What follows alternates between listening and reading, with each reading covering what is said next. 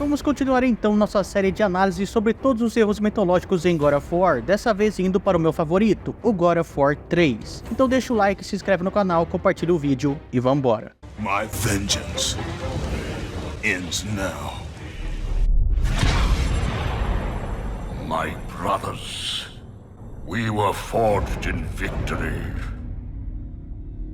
A victory that ended the Great War and brought forth the reign of Mount Olympus.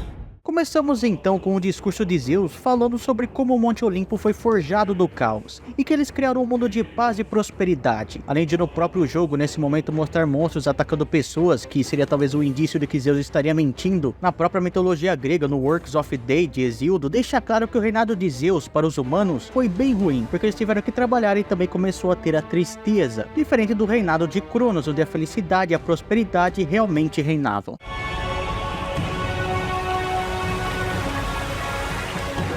Now, on this day, that power is to be tested.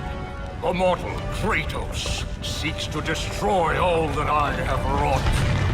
Então vamos para os titãs que estavam subindo o Monte Olimpo de uma maneira muito parecida com o Tifão. E agora vamos ver sobre cada um deles e falar rapidamente sobre eles. O que aparece de costas ali é o primeiro, é o Hyperion, que na mitologia é o deus da luz celestial, o pai de Eos, o amanhecer, de Hélios, o sol, e também de Selene, que é a lua. A sua esposa era Theia, a senhora do éter, que é o azul brilhante do céu. O próximo da escalada, que parecia ser feito de raios ali, é o titã Oceano, que como o próprio nome dele diz, ele personificava o que os gregos chamavam de rio que circunda o mundo. E curiosamente, ele foi um dos poucos na mitologia que não tomou lado na titanomaquia. Ele não gostava de brigas, tanto que ele não ajudou nem mesmo seu irmão Cronos na queda de Urano. E com certeza, se fosse o da mitologia ali, ele não estaria na nova luta contra o Olimpo. O titã seguinte é o Perses, que é o titã da destruição. Na mitologia ele era o pai de Hecate, a deusa da bruxaria. O próprio nome dele significa o destruidor ou o devastador. Depois vem o Epimeteu, o irmão do Prometeu, aquele mesmo que foi castigado por Zeus, como nós vimos na análise de God of War 2. Curiosamente, no jogo, os dois irmãos são bem diferentes um do outro.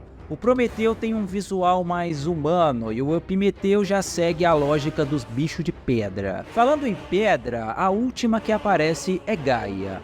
E sim, faz sentido que ela seja uma revolucionária, ou a cabeça por trás dessa conquista. Inclusive, não foi a primeira vez. Antes disso, ela já tinha ajudado a depor Urano, o Cronos e até mesmo os Zeus. Mas ela não é uma titã nos mitos gregos, é muito mais do que isso, uma entidade primordial. E talvez por esse motivo nunca se envolveu diretamente nas guerras.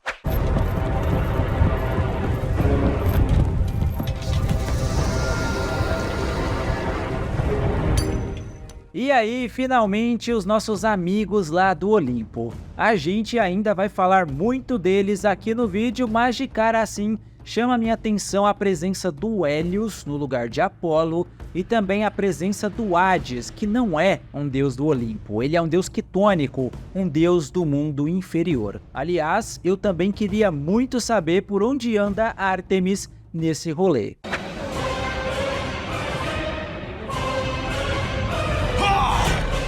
O Hércules ajudando o Monte Olimpo faz muito sentido, porque depois da história dos 12 trabalhos, ele acabou se tornando um dos olimpianos. O Hélio, quando acabou metendo a frase "os titãs vão falhar de novo", deu a entender que talvez ele seja um olimpiano mesmo, e não da raça dos titãs. Eu não sei como é exatamente no jogo. Mas na mitologia, o Hélio é sim um titã, sendo o próprio Sol, e na guerra da titanomaquia ele também não participou de nenhum dos lados, sendo até mesmo depois poupado por Zeus e não jogado ao Tártaro.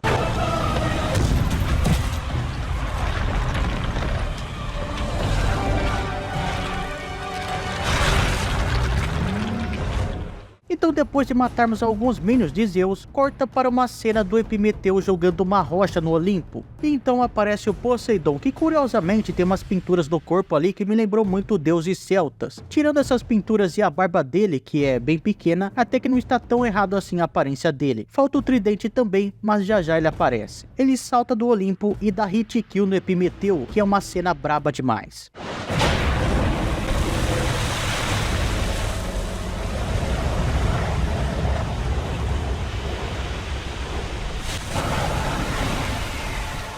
Então aparece o hipocampo, que são os monstros que acabam prendendo a Gaia. Eles fizeram uma referência muito legal nessa parte, porque lembram que lá no começo, quando Poseidon aparece, ele tem um bicho no braço dele? Esse daí também é um hipocampo, que depois ele fica gigante. Os antigos acreditavam que um hipocampo na verdade era a forma adulta do cavalo marinho. E ainda na mitologia os hipocampos eram montarias das ninfas nereidas e também dos deuses do mar. O Poseidon inclusive dirigia uma carruagem que era puxada por 2 ou 4 dessas criaturas. Eles não são gigantes como no jogo e nem tem uma força suficiente para segurar um titã desse jeito, mas o design ficou muito massa. Depois ali, enquanto Kratos está escalando, vemos o Hades puxando o oceano sem muito esforço. A Gaia pega novamente pelo hipocampo e vemos a imagem de 2 estátuas que aparentam ser 2 grifos. Mais pra frente temos essa belíssima imagem do Perseus tomando uma sova do Éden. Então Kratos chega na tumba do Ares, que foi o chefão lá no God of War 1, o primeiro a morrer na mão do carecão, que ainda está ali meio que congelado e bem preservado ainda por cima. Não dá muito pra avaliar essa cena porque os deuses da mitologia mesmo nunca morrem, então não dá pra saber o que aconteceria com o corpo deles.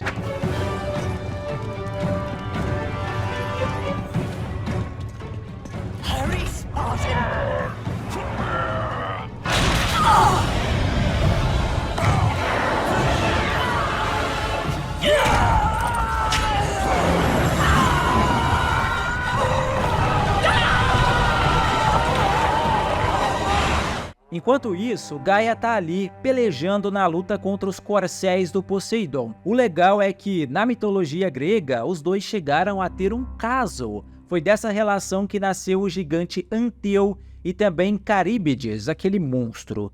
Depois de ajudar Gaia com o hipocampo, o Kratos faz ali um rolê dentro do corpo da deusa da guerra. E os mitos gregos estão cheios de referências sobre o interior dela, as profundezas de Gaia, quase sempre se referindo às profundezas do mundo mesmo, cavernas e tal. Em uma das versões da história do crescimento de Zeus, é dito que Gaia o escondeu lá, no interior de uma caverna, o que, em tese, quer dizer que ela o escondeu dentro de si mesma. Aliás, não existe nenhuma referência mitológica sobre o coração de Gaia. Challenge me, mortal? A god of Olympus? A true warrior does not hide, Poseidon! Leave the sea and face me!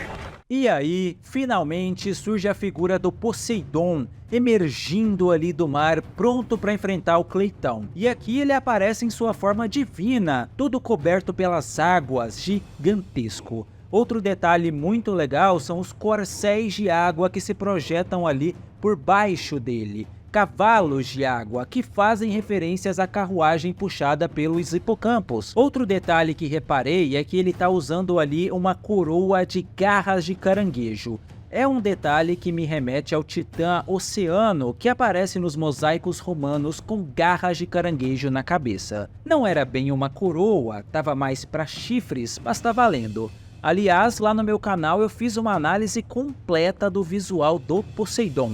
Pesquisa Poseidon God of War depois que acabar aqui que você vai achar o vídeo. Então o Kratos consegue expulsar o Poseidon da sua forma divina. E ali, vulnerável, ele acaba morrendo. Mais uma vez, nada de Ícor, o sangue dourado dos deuses. Em God of War, os deuses sangram sangue mesmo, vermelho, assim como o nosso.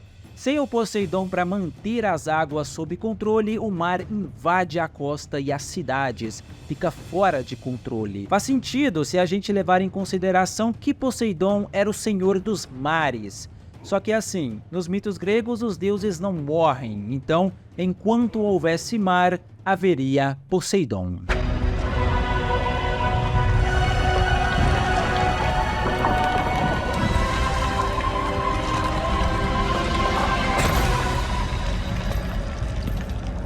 What will you do, father? You can no longer hide behind the skirts of Athena. Então Kratos encontra o seu papai pela primeira vez no jogo, onde no meio de uma conversa ali, o Zeus diz que o Kratos não poderia contra ele, e o Kratos por sua vez diz que nem a morte e nem mesmo as irmãs do destino puderam pará-lo. E aí nós temos o primeiro confronto contra o Senhor do Olimpo, e o Zeus de God of War é muito bem feito, ele tem uma barba branca, e mesmo sendo mais velho, ainda dá para ver que ele é muito forte, além de ser extremamente imponente. A única diferença dele é que na mitologia ele tem a barba negra e não branca, e ali também na cena nós vemos o Zeus conjurando o raio diretamente das nuvens. No caso da mitologia, o raio em si é uma arma forjada pelos Ciclopes, que dão para o Zeus e ele arremessa. Bem, a Gaia então tenta dar uma mãozada no Zeus, mas não dá muito certo. Ele quase destrói o braço de Gaia, e ali o Kratos acabam sendo jogados para fora do Olimpo. No meio dessa queda, o Kratos pede ajuda para Gaia, que diz que não iria ajudar, porque tudo aquilo era um assunto dela, dos titãs contra os deuses, e o Kratos não tinha nada a ver com isso. Listen carefully, Kratos. You were a simple pawn, nothing more. Zeus is no longer your concern. This is our war, not yours. Meio que revelando a safadeza que ela tinha. A Gaia na mitologia frequentemente faz esse tipo de coisa. Quando ela deu a foice para o Cronos castrar o Urano, quando ela cuidou de Zeus para que ele destronasse o Cronos, e agora estava fazendo a mesma coisa com o Kratos. Inclusive, ela também criou o Tifão para tentar destronar os Zeus na mitologia. O Kratos cai no rio Styx, porque na queda do Olimpo ele acabou indo de base. Inclusive eu não tinha percebido isso até agora. Entrando no reino de Hades, ele acaba encontrando a Athena novamente, na sua forma mais fantasma. E o rio Styx, ou Stygia em português, realmente é um rio do submundo da mitologia, recebendo esse nome por causa da divindade que representa ele, que tem o mesmo nome. Stygia é o nome da mais velha das Oceânides. Ela também era um espírito, ou seja, um daimon, a personificação do ódio, e é a mãe do Kratos mitológico, então você pode dizer que o Cleitão acabou caindo nos braços da mãe. Zeus will not fall as easily as Ares.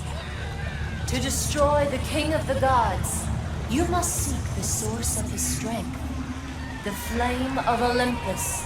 No meio da conversa com Athena, ela diz para o Kratos que para ele matar os Zeus, seria preciso da chama do Olimpo, que não tem como não lembrar do mito de Prometeu, onde ele rouba um pouco do fogo dos deuses para levar à humanidade. E ela ainda diz que enquanto os Zeus viver não tem esperanças para os homens, o que lembra também os trabalhos de Hesíodo, que diz que em um certo momento Zeus irá realmente destruir todos os homens, toda a humanidade. Inclusive no meu vídeo sobre Apocalipse eu falo de maneira bem mais completa sobre essa história. Essa parte do submundo é muito diferente daquela que a gente viu lá no primeiro jogo, talvez porque seja a mais profunda do reino. Curiosamente também é a menos bizarra, e tem até uma górgona aleatória ali do nada. Aliás, as górgonas não tinham corpo de serpente desse jeito aí, era só os cabelos mesmo. O corpo era normal, com pernas, inclusive elas tinham asas também. É bom lembrar que ficou faltando um certo cachorro gigante de 3 cabeças aqui, mas aparecem outros Cérberos ao longo da franquia, né? Como se aqui eles fossem uma raça e não um monstro específico. Suffered enough, Spartan. Hades, he sentenced me to this eternal torture. My prison of Tinder. Legal também essa aparição do Pirito. Tem mesmo essa história na mitologia, né?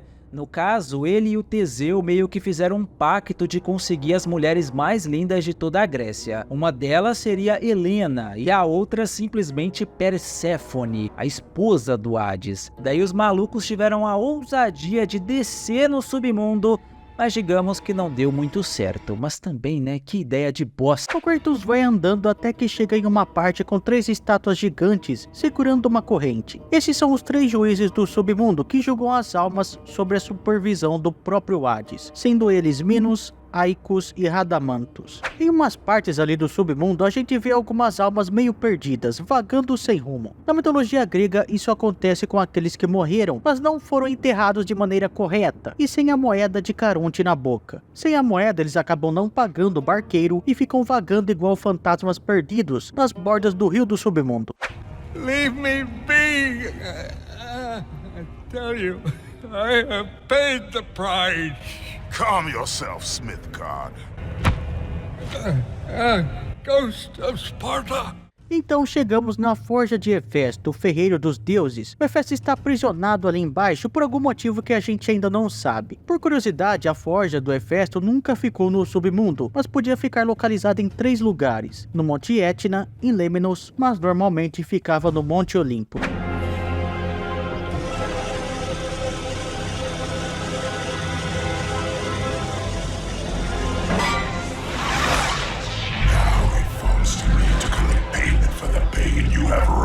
Legal demais que aparece também o caixão da Perséfone, rainha e deusa do submundo. E aliás, é até engraçado imaginar que a deusa dos mortos também tá morta. Mas faz sentido dentro do contexto do jogo. How many sins have you committed against me? Oh, that's right, you murdered my niece, Athena. And what else? What else? And you killed my brother, Poseidon. And I have not forgotten that it was you who butchered my beautiful queen. I will see you suffer as I have suffered. Your soul is mine.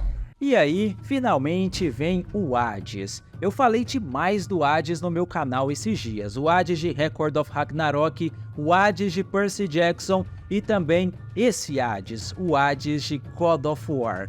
E ele tem um visual muito bizarro, muito diferente dos irmãos e muito diferente do visual dele lá nas imagens gregas. Lá era só um cara com barba preta. Aqui é um monstro, ele tem o elmo que faz parte dos mitos, né, capaz de torná-lo invisível, e tem também essas correntes, essa arma que ele usa para sugar, para absorver as almas das pessoas. É uma ideia muito legal e que faz sentido quando a gente pensa na figura do Hades, mas não faz parte da mitologia grega. Na verdade, esse negócio de coletar as almas não era com ele não. Aliás, você pode dizer que lá no submundo o Hades seria praticamente invencível. Mas aqui é outro universo, e nesse universo aqui todo mundo leva uma surra do Kratos, que rouba a arma do Hades e ainda por cima absorve a alma dele. Com a morte do Hades, as almas do submundo ficam meio que perdidas, sem saber para onde ir.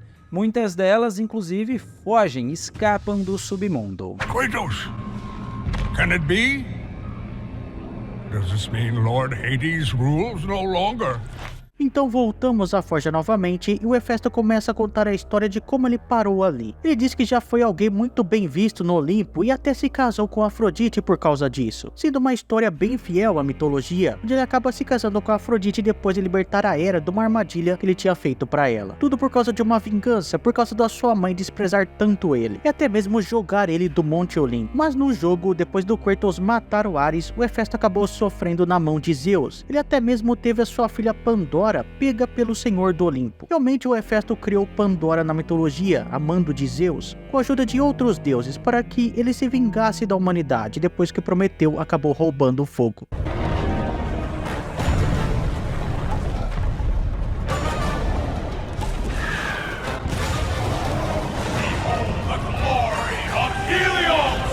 E a luta do Titã Perses contra o Hélio continua, com carruagem e tudo. E como eu disse pra vocês, na mitologia grega, o Hélio representa o Sol. Só que no jogo não parece ser bem assim. Porque não sei se vocês perceberam, mas atrás da luta do Perses e do Hélio, parece que tem um Sol ali. Logo depois disso, seguindo a tradição de carregar cabeças decepadas, o Kratos não só deita o Hélio no cacete, como também acaba pegando a cabeça dele depois, em uma das mortes mais brutais da franquia. Inclusive, ele está no meu vídeo de deuses que mais sofreram na mão do Kratos, que vai estar no card e na descrição para você. Com a morte do Hélio, o sol se apaga e o mundo cai na escuridão. O bom é que agora o Kratos tinha uma baita de uma lanterna. Inclusive, nos mitos gregos, a figura do Hélio meio que foi se apagando com o tempo. Aos poucos, ele acabou sendo substituído pelo Apolo. E daí o Hélio acabou meio que se tornando uma figura secundária, principalmente a partir de Ésquilo. E apesar do Apolo aparecer em alguns jogos, como por exemplo no God of War Ascension, ele fisicamente nunca apareceu e o Hélio acabou assumindo a função dele no jogo. E não satisfeito em acabar com o Hélio, o Perses também vai de base na mão do Kratos.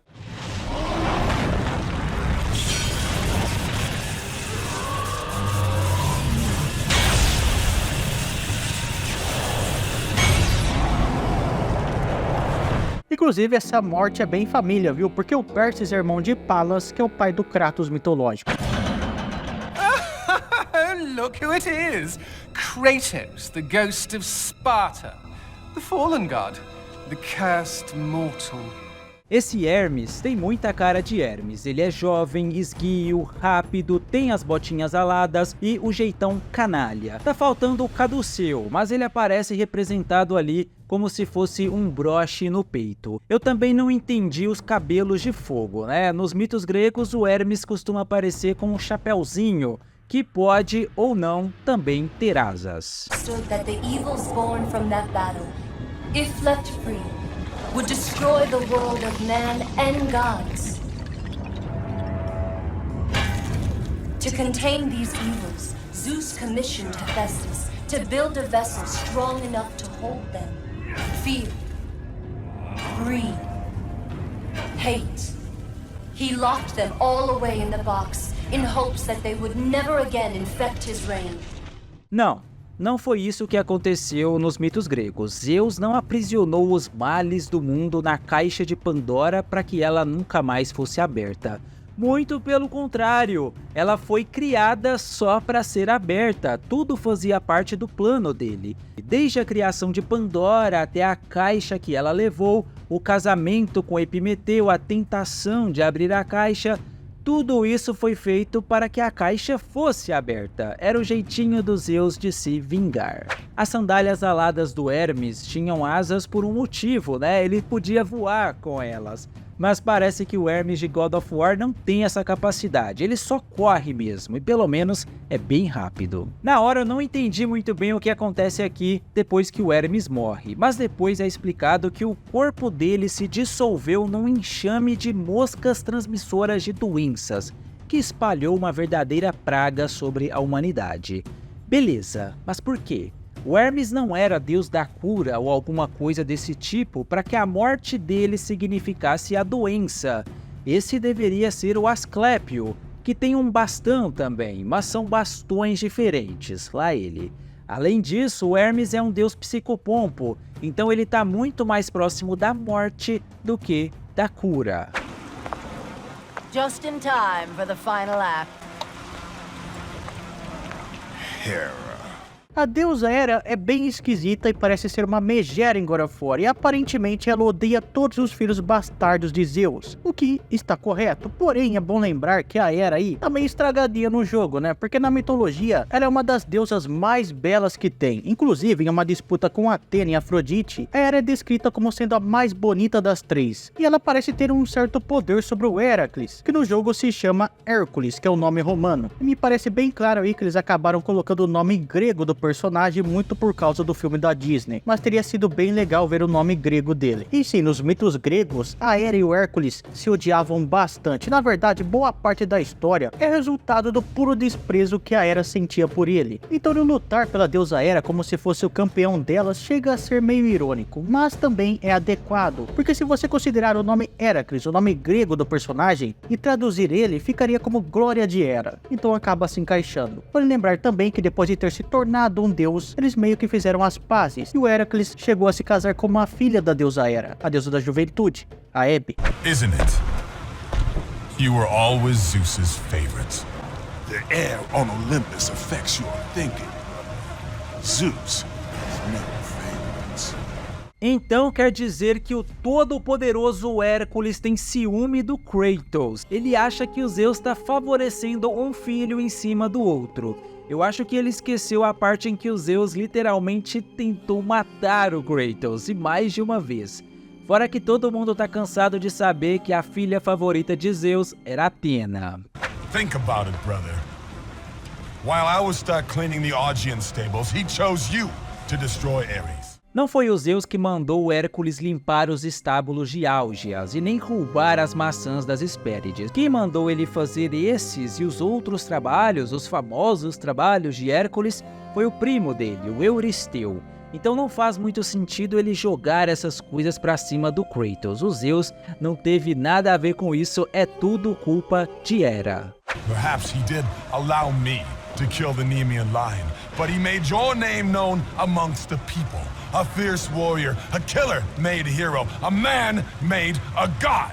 O engraçado é que tudo isso que o Hércules disse também podia se aplicar a ele mesmo. Ele também era conhecido e famoso, também era um guerreiro muito poderoso, um assassino que se tornou um herói, e também um homem que se tornou um deus. Aliás, a história do Kratos se parece muito mais com a história do Hércules do que com um Kratos mitológico. Curiosamente, as armas do Hércules ali no jogo são os rugidos nemeianos, que é uma óbvia referência ao primeiro trabalho dele na mitologia, matar o leão de Nemeia. Então, a briga dos meio-irmãos vai acontecendo. O Kratos pega as luvas do Hércules, até até que o Hércules levanta o chão da arena e digamos que ele leva vários socos na cara e vai de base. E aí chegamos na parte da Afrodite, que claro, eu não vou poder mostrar muito aqui porque o YouTube ficaria bravo, mas a Afrodite está muito bem representada. Ela sempre usa o seu charme para resolver as coisas e aqui não é diferente. Na mitologia ela é casada com Hefesto, mas a ação mesmo acontece com o Ares. E God of War não parece ser tão diferente assim de acordo com o próprio Hefesto. Uma curiosidade a mais que atrás da cama da Afrodite você pode acabar achando o cinto dela, que na mitologia ela usa para aumentar ainda mais a sua beleza. Então a gente novamente encontra o Hefesto, que só de ver o Kratos já imagina o que aconteceu do outro lado.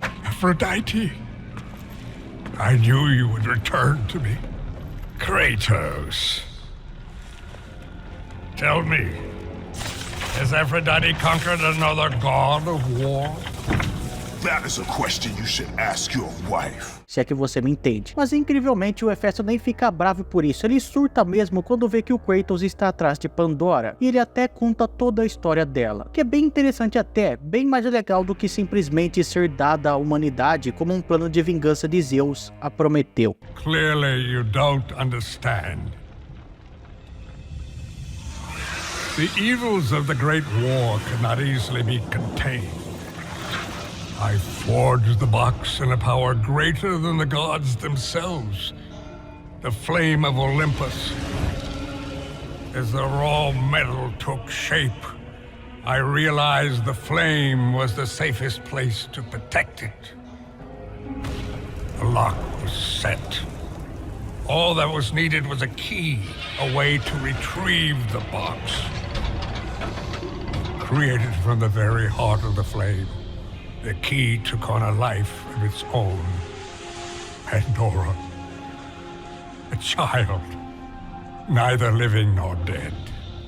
A pedra de ônfalo que o Hefesto precisa para fazer uma nova arma nada mais é do que aquela pedra que Reia deu para o Cronos engolir no lugar de Zeus. E sim, também faz parte da mitologia grega e ali inclusive tem um significado mais profundo, como se fosse o umbigo do mundo, o centro de tudo. Para recuperar a pedra, o Kratos tem que ir atrás do Cronos, que agora sim está no lugar certo, o Tártaro. Se fosse na mitologia grega, ele teria que enfrentar os Hecatônquiros antes de chegar no avô. Mas aqui ele enfrenta uma quimera, que nos mitos gregos foi derrotada pelo Belerofonte e o Pégaso.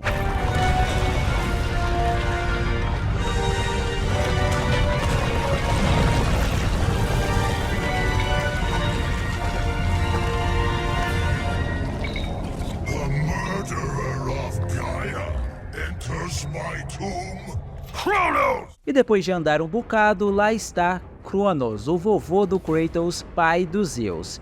E claro que ele não ficou feliz de ver o Cleitão ali, né? Até por conta do que ele fez com Gaia mais cedo. Além disso, ele estava brabo porque depois que a caixa de Pandora foi aberta, culpa do Kratos, ele foi jogado ali no Tártaro.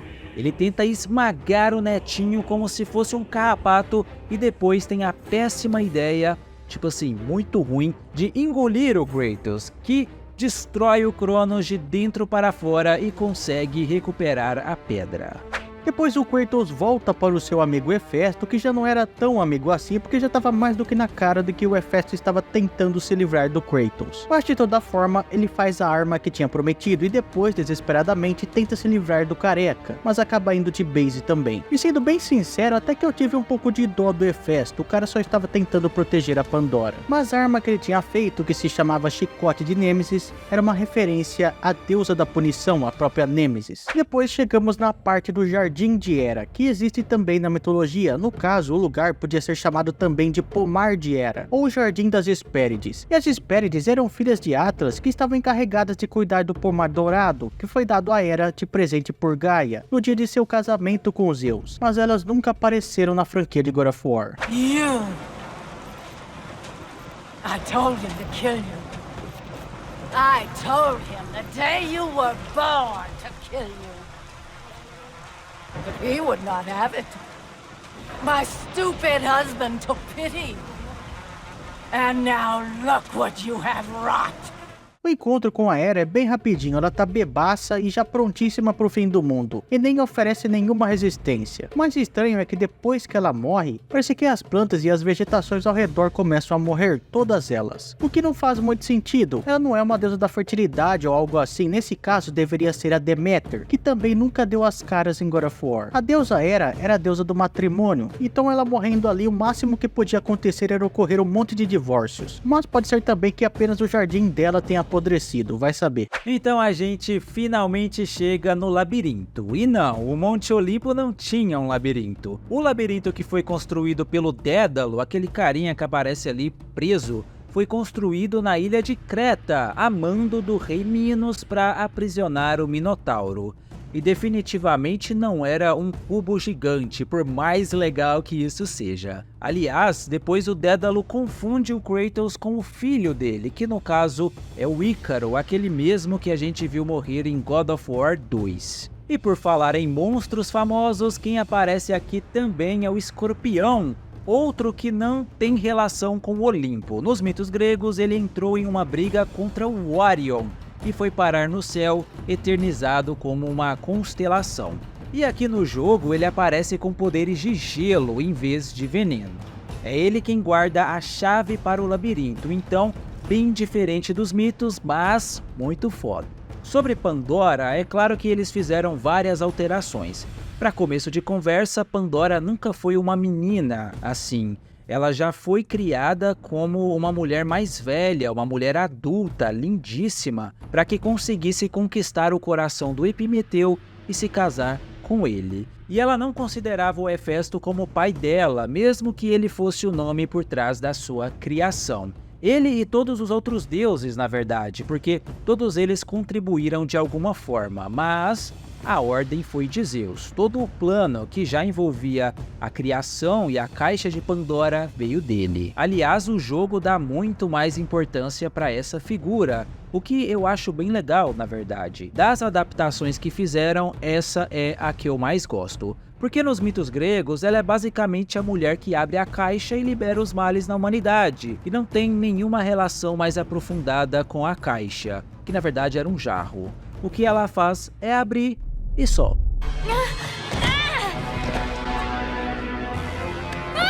Kratos, help! Put her down, Zeus! Your obsession with this thing has become somewhat of a nuisance, my son. Release the girl, Zeus! E a batalha com os Zeus é simplesmente incrível. Na primeira parte meio que fica uma câmera de jogo de luta, meio Mortal Kombat, e tem até o momento em que Zeus e o Kratos se atingem simultaneamente. Até que a Pandora então vai até as chamas da caixa e o Kratos tenta impedir novamente, mas ele acaba deixando ela ir porque o Zeus fica enchendo o saco dele, fica irritando ele. Failed your family!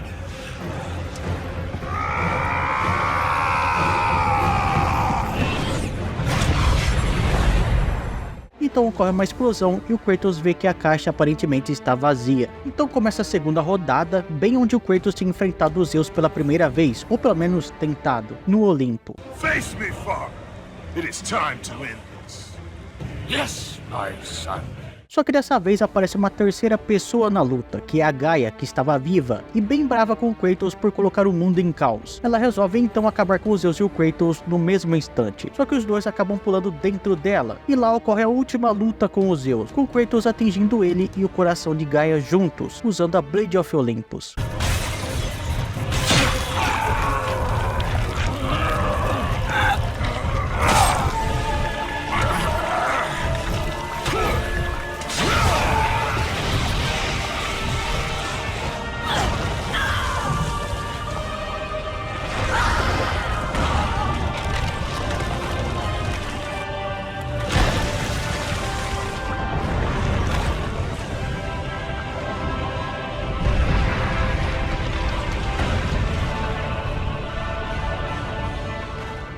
O Zeus até volta em uma forma mais espiritual, mas acaba sendo derrotado novamente. E no fim descobrimos que Athena queria todo o poder que o Kratos tinha para ela, mas com um sacrifício o Kratos acaba liberando todo esse poder pro mundo. Então tem a cena pós-crédito que nos leva até God of War de 2018, com os deuses nórdicos. Você acha que faltou alguma coisa na análise? Você concorda, discorda dela? Deixa aí nos comentários. Não esqueça também de se inscrever no canal, de compartilhar o vídeo e deixar o like aí. Valeu, falou, tchau.